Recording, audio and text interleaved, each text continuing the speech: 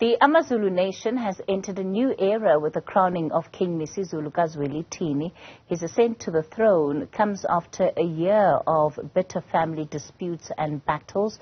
We're joined now by heritage expert and historian, Advocate Sonwabile Mancotywa. Advocate Mancotywa, good evening to you and thank you so much for your time. We know that the throne effectively has been disputed right up to the ceremony of the handing over of that certificate that we saw yesterday.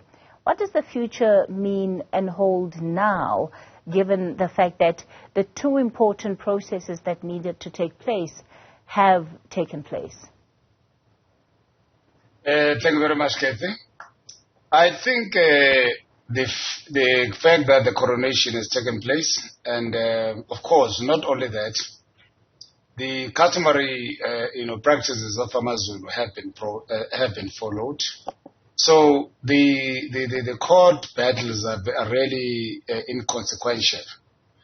We have seen in a number of kingdoms, challenges, so it's not for the first time that we see this one.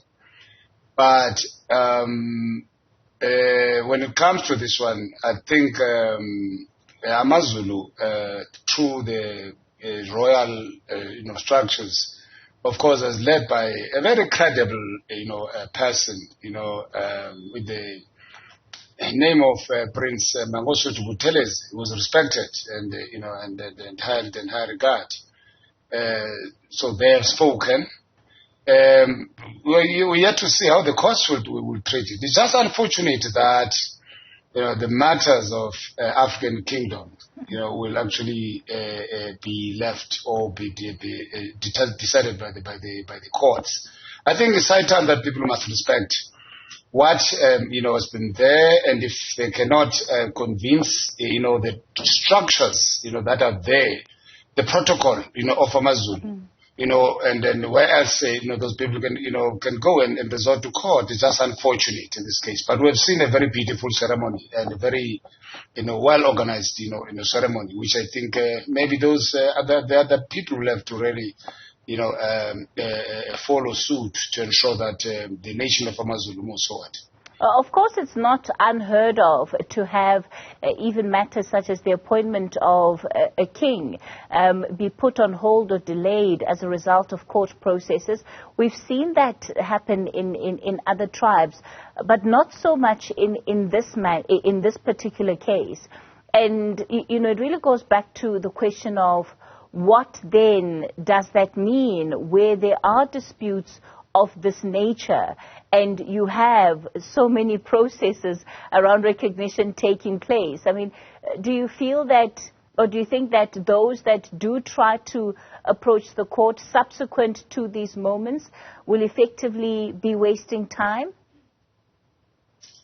I think it is within their right, to approach the courts because we're a constitutional democracy. As I mentioned earlier on, that if you look at all these disputes, whether AmaXhosa, AmaMpondomise, and all, it's not the first one we've seen. There's a Mambondo now that is still yet to be decided. So each and every case has its own peculiarity. But in all these cases, you'll find that there are processes that are being followed. Now, when the other side is not satisfied, then they resort to court.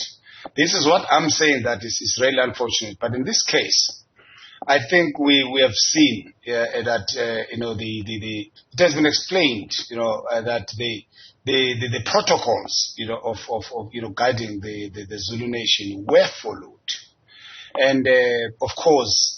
Not everybody will be, satisfied. The courts are there, but it's just unfortunate that issues of African kingdom, are never dealt with. Of course, there will be one or two people who are not satisfied. But what is good now is that at least, King Misuzulu is installed, and we have seen, AmaZulu, nation in their thousands and across different structures of society. And I think now it's time now for the Zulu nation to move on, to take on where King Zwelithini left, and because he was such a great man with a vision. You know, it's time now to focus on. I don't think he would have loved, you know, the situation to have,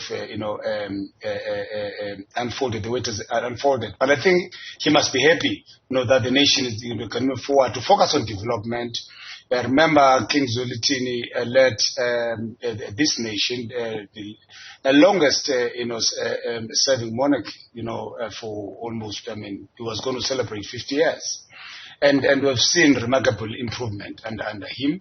And now that is over, as far as I'm concerned, because AmaZulu have accepted, you know, the current king and I think, but also what we learn from this, the royal family must also learn that they're not just, you know, they may be part of, or they may be by birth, you know, to be leaders, but they are people. There are various clans who are there, as we have seen yesterday.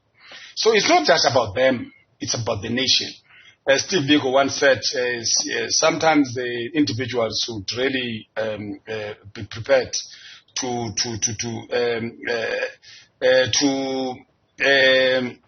control, you know, their own, you know, prides for a nation to succeed. Sure. What's important is for the nation. And AmaZulu, I think, I mean, with their patriotism, without the love, you know, their kingdom.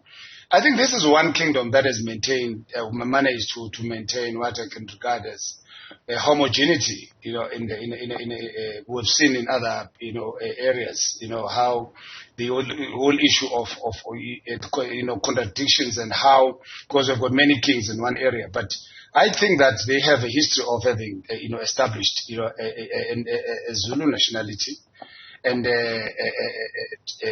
so that cosmology is very much important, and we've seen people are saying, you know, let's move on as a nation, let's continue, let's, you know, where King Zwelithini you know, left, he loved development and the whole vision of socio-economic development, and of course, right, in contributing in other, you know, issues of, you know, important than the national questions, or, you know, for the reconciliation and others. So it's time that the Zulu nation moves on. Those who are in court, of course, I mean, it's open, but I think now, legally speaking, you know, government has, you know, has accepted that, has recognized this king. So I think must be given space, and of course, the whole Zulu nation to continue and prosper. All right. Advocate Mancotywa, we'll leave it there for tonight.